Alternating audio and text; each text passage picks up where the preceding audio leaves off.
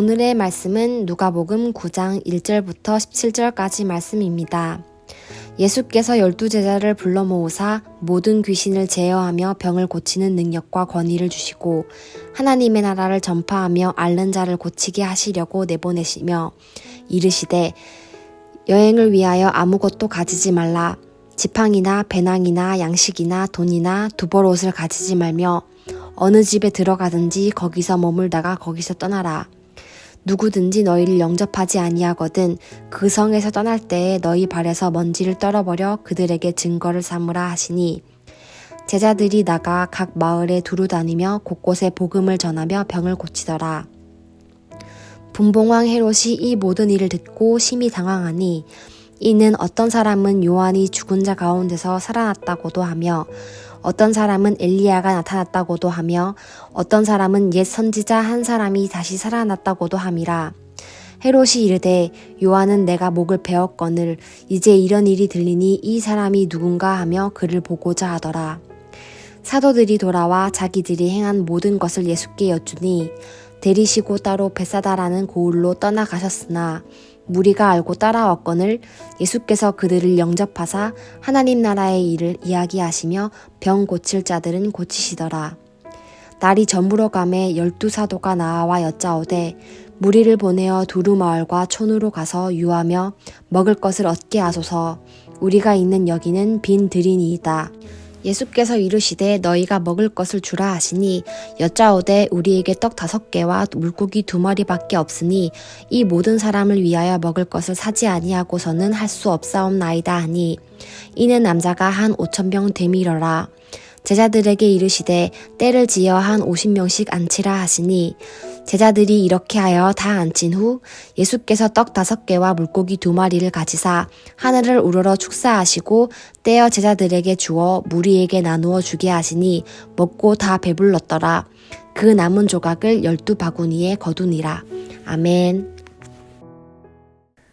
오늘 본문에는 우리가 잘 아는 오병이어 사건이 나옵니다. 물고기 2마리와 보리떡 5개로 남자만 5,000명 되는 큰 무리를 먹이신 사건입니다. 이 마태, 마가, 누가, 요한 4개의 복음서에 모두 나오는 유일한 기적이기도 합니다. 이 오병이어 사건의 핵심은 무엇일까요?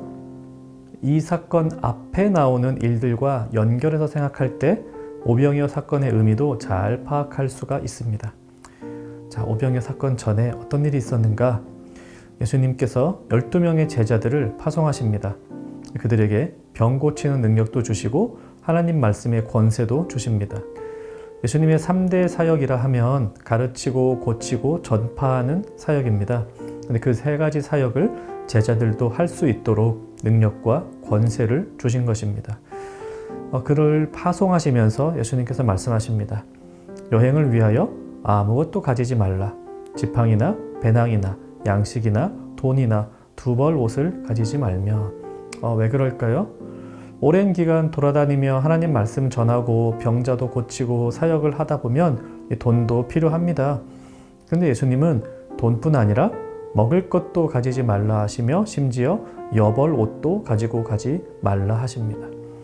대신 너희들이 사역하기 위해 가는 그곳에서 사람들의 영접을 받으며 사역하라고 하십니다. 만일 그들이 너희들을 영접하지 않으면 그곳에서 떠나라고 하십니다. 제자들은 예수님 말씀대로 가서 사역을 잘 마치고 돌아왔습니다. 그리고 그 이후에 일어난 일입니다. 예수님의 말씀을 듣기 위해 수많은 사람들이 모였습니다. 남자만 해도 5,000명이 넘는다 하니 여자들과 아이들까지 하면 못해도 10,000명은 넘는 큰 군중이었습니다. 그 많은 회중이 말씀을 오래 들으며 예수님을 따랐습니다. 식사 시간이 지났는데도 밥을 먹지 못하고 있습니다. 제자들이 말합니다. 어디 가서 음식을 좀 구해와야 하겠습니다. 예수님이 답하십니다. 너희가 먹을 것을 주라. 문제는 제자들이 가지고 있는 음식이라고 해봤자 고작 떡 5개와 물고기 2마리밖에 없다는 것입니다. 예수님은 바로 그 음식, 제자들이 가지고 있는 그 음식을 가지고 하늘 아버지께 기도하십니다. 그리고 모든 사람이 배부르게 먹고 남을 만큼 나누어 주셨습니다. 자, 이 두 사건의 공통점이 무엇일까요? 제자들은 그들이 가지고 있는 것으로만 사역을 합니다. 한 번은 사람들에게서 필요한 것을 공급받으며 하나님 말씀을 전했고, 한 번은 하늘 아버지께 공급받아서 사람들을 먹였습니다. 오해는 하지 말아야 합니다. 하나님 일을 할 때는 준비 필요 없구나, 돈도 필요 없구나, 그냥 있는 것만 있으면 되는구나. 이것은 잘못된 적용입니다. 우리는 할 수 있는 한 최선을 다해 준비해야 합니다. 이 본문을 통해서 해야 할 수 있는 바른 적용은 우리가 준비를 철저히 했기 때문에 하나님의 일이 잘 될 것이라 생각해서는 안 된다는 사실입니다. 할 수 있는 준비를 하되 내가 잘 준비해서 일이 잘 되었다라고 생각해서는 안 됩니다. 이것이 본문의 바른 적용입니다. 이 돈을 비롯한 물질이 하나님 나라의 일을 위해서 필요 없는 게 아닙니다. 다만 충분한 물질이 있어야 하나님의 일이 된다는 생각은 버려야 합니다. 예수님은 제자들에게 이렇게 말씀하셨습니다. 너희가 먹을 것을 주라. 그들은 이미 음식을 가지고 있었습니다. 비록 적은 양이었지만 중요한 것은 그들이 가지고 있었던 바로 그 작은 음식에 하늘 아버지께서 복을 주셨다는 사실입니다. 그때에 수많은 사람들이 먹고 힘을 얻었습니다. 이 많은 것을 가져야 하나님의 일을 하는 것은 아닙니다. 적은 것이라 할지라도 하나님께서 일하셔야 그것이 하나님 나라를 위해 사용되는 충분한 물질이 됩니다. 물론 궁극적으로 오병이어 사건은 예수님께서 우리를 먹이시는 생명의 양식이다라는 사실을 보여주는 사건입니다. 근데 오늘은 우리의 준비라는 점에서 같이 적용해 보았습니다. 할 수 있는 준비를 하되 하나님께 일의 성패가 달려 있음을 알고 겸손히 구하며 기도하는 삶, 이것이 우리에게 요구되는 합당한 삶의 모양입니다. 말씀 생각하며 같이 기도합시다.